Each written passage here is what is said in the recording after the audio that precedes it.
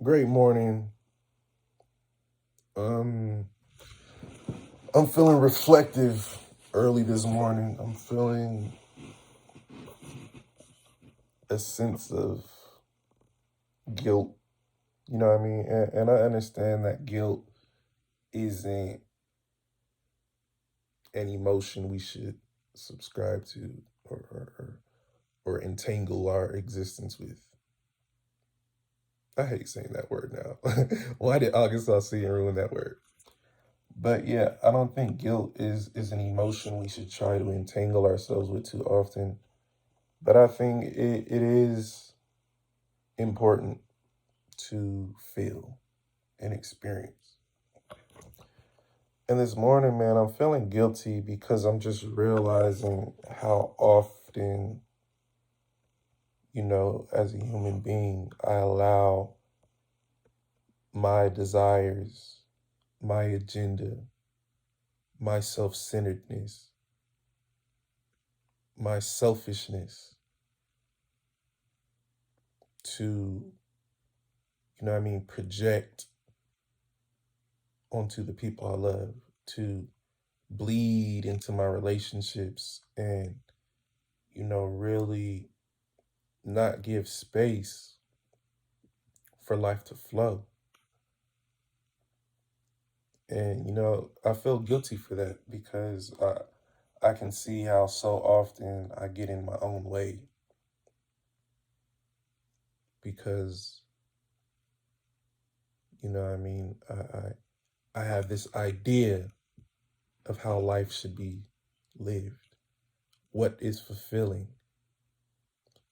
But I'm reading this book by Russell Brand, man. It's called sheesh. It's called Recovery: Freedom from Our Addictions. And when we think about addictions, man, we often think that it's apparent. It's it shows in the way you move. It's very obvious that you have an addiction. And yes, that's true. If a heroin addict or a cocaine addict or a methamphetamine addict uh, are in front of you, you can see the physical effects. It's real. It looks like addiction. But to be honest, sometimes addiction is a lot more subtle. Sometimes we're able to closet addiction and hide addiction. And we all have addictions, you know. We're all attached to something. We all need these things to fulfill us. Some of them are socially acceptable, others are not. But I mean, think about it. How many times do you have a bad day and get on the internet and post a picture and try to accumulate all this attention and likes? How often do you feel, you know what I mean, um, worthless and you get on the internet and Amazon and you buy all these items and clothes and, try to do things that will fulfill that? How many times do you isolate because you feel that you don't have the ability to be a positive force in the world? What things are we addicted to? And ultimately, I think that the truest addiction is a desire. We have desires. But what do desires flow from? Desires flow from your ego. Your ego is your false self. Your ego is an illusion. It's illusory. The ego is the part of you that is constantly creating a story. The ego is the part of you that is subject to primitive needs. You know what I mean? It'll do anything to survive. Your ego is desperate, and it lures you and it keeps you captive with desire, because there's a sense of gratification in fulfilling our desires, right? But ultimately, if you are led and lured and motivated by your desire, then it's like you're on a treadmill. It's like you're a rat in a pinwheel with cheese that you'll never grab. Because it doesn't matter how many states you travel to, right? It doesn't matter how many clothes you have. It doesn't matter how many sexual partners you've encountered, how much food you've eaten. It's temporary. It's fleeting. If you eat a great meal tonight, no matter how good it was, no matter how satisfied you were, in about 6 hours, you're going to be hungry again. And so you can't try to fulfill yourself with desire. And you have to understand that true freedom is outside of desire. It's ridding yourself of desire. And that'll sound counterintuitive, but it's only counterintuitive to the part of you that is one-track minded. Because the ego is self-centered. It can't think outside of itself. It can't understand a sense of happy that doesn't come from gratifying itself. It can't see that a selfless life is a fulfilling life. A minimal life is a fulfilling life. A detached life is a fulfilling life. The ego can't comprehend that. And so you have to step outside of your ego.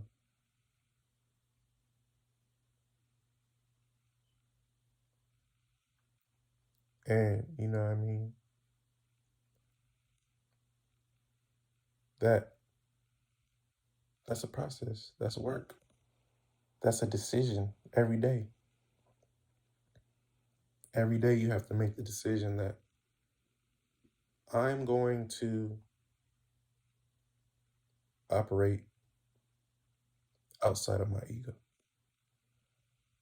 I'm going to put my desires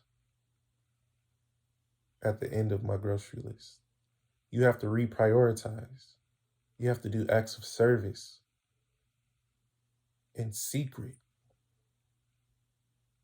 right? Because what happens? You know, I see this all the time. These social media influencers, they're going out, they're doing deeds, philanthropic deeds. I don't know, philanthropy. They're doing these deeds, feeding the homeless, whatever it may be. And, you know, they got a camera in these people's faces. They want to say, look what I did. Look at this act of service I did. So you take a seemingly selfless deed and you turn it into something else.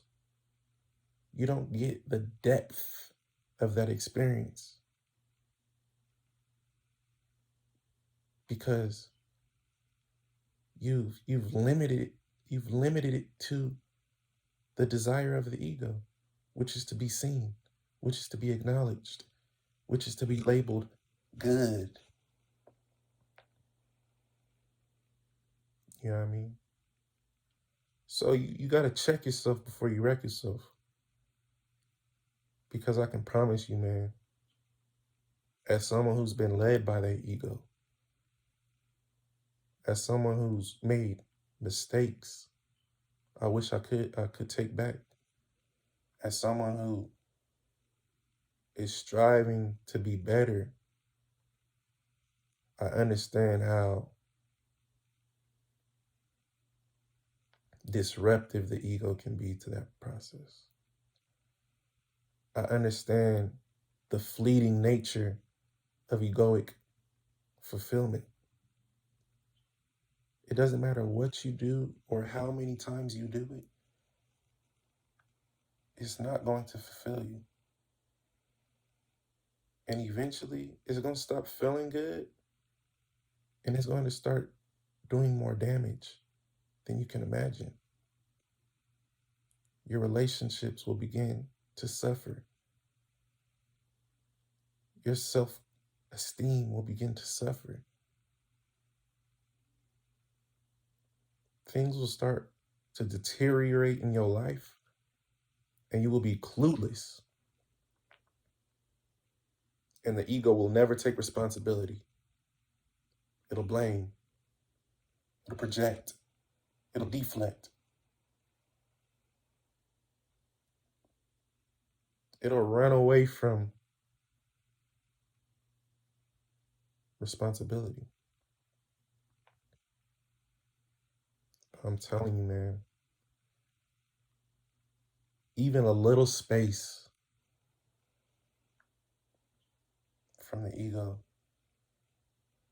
is precious. It's bliss. Do I live in that space at all times? No. But thank God, man, I found a way to tap in. Just creating space from that low vibrational aspect of yourself is bliss. That's all you need. You are given everything you need. The sun rises every day. The sun sets every day. The laws of the universe are in order.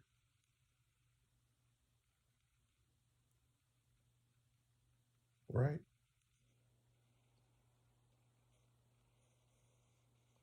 But we can't see the heaven that we have available to us. Because why? We were born in sin and shaped in iniquity. Right? You were born into ignorance.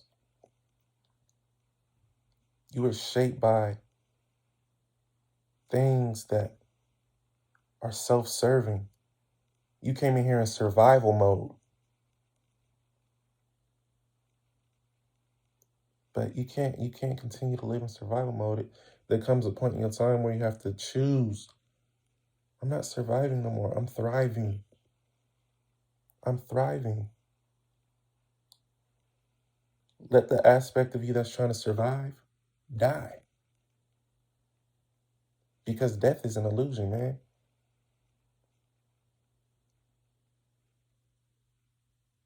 We are energy beings. We are energy beings. Energy cannot be created nor destroyed. It's always existed. It's all that is, all that was, and all that will be. What did God describe himself as? I am. What does that mean? I am.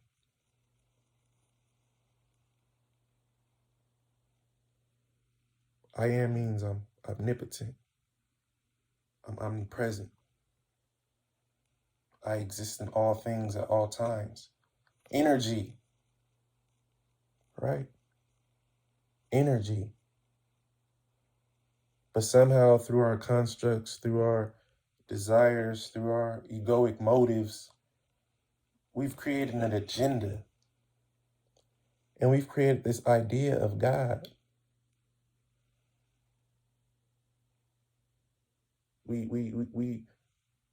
we treat God like Santa Claus or a genie. We want our wishes granted. You have everything you should want. And it's the pursuit of things that you think you want. It's the pursuit of things that you think you need that are keeping you from heaven.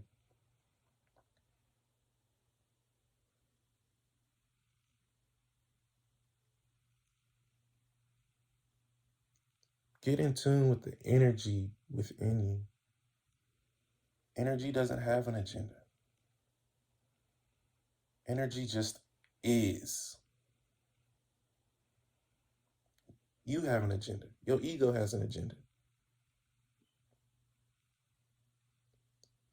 Oh, I want $1 million. Oh, I want to have this relationship with this person. Oh, I want this pair of shoes. And I'm not demonizing these things. I'm not demonizing these things. But if it exists, isn't it already yours?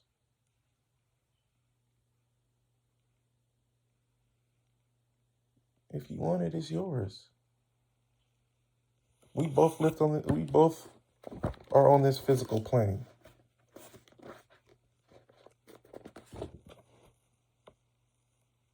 Right? The same energy that created me created that. I'm already one with all these things. I'm one with whatever I want. But it's the idea of separateness. It's the idea that we are made of something different.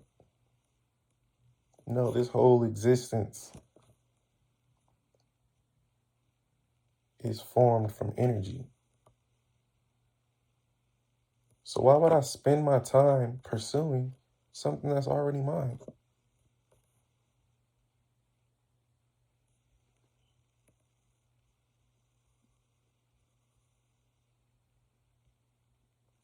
And that's depth right there, man. That's gonna be hard to conceive, hard to digest if you've never, created space. But I'm saying a lot. Thank you for watching this video. I just felt the urge to make it really quickly.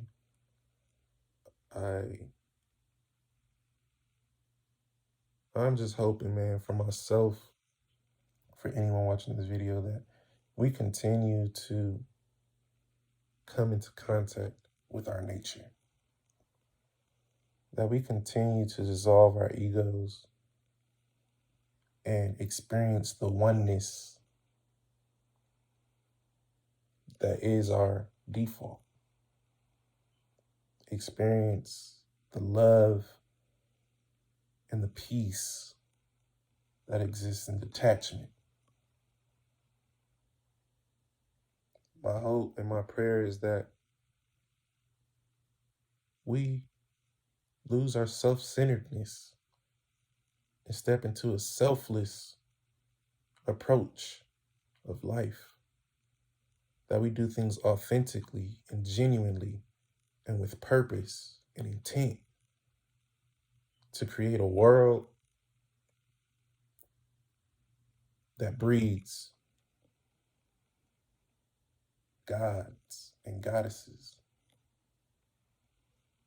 instead of a world that breeds parasites and leeches and lost souls. We can live in a world that breeds life, true life.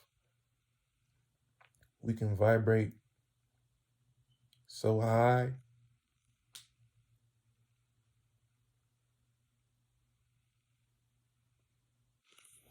Thank you.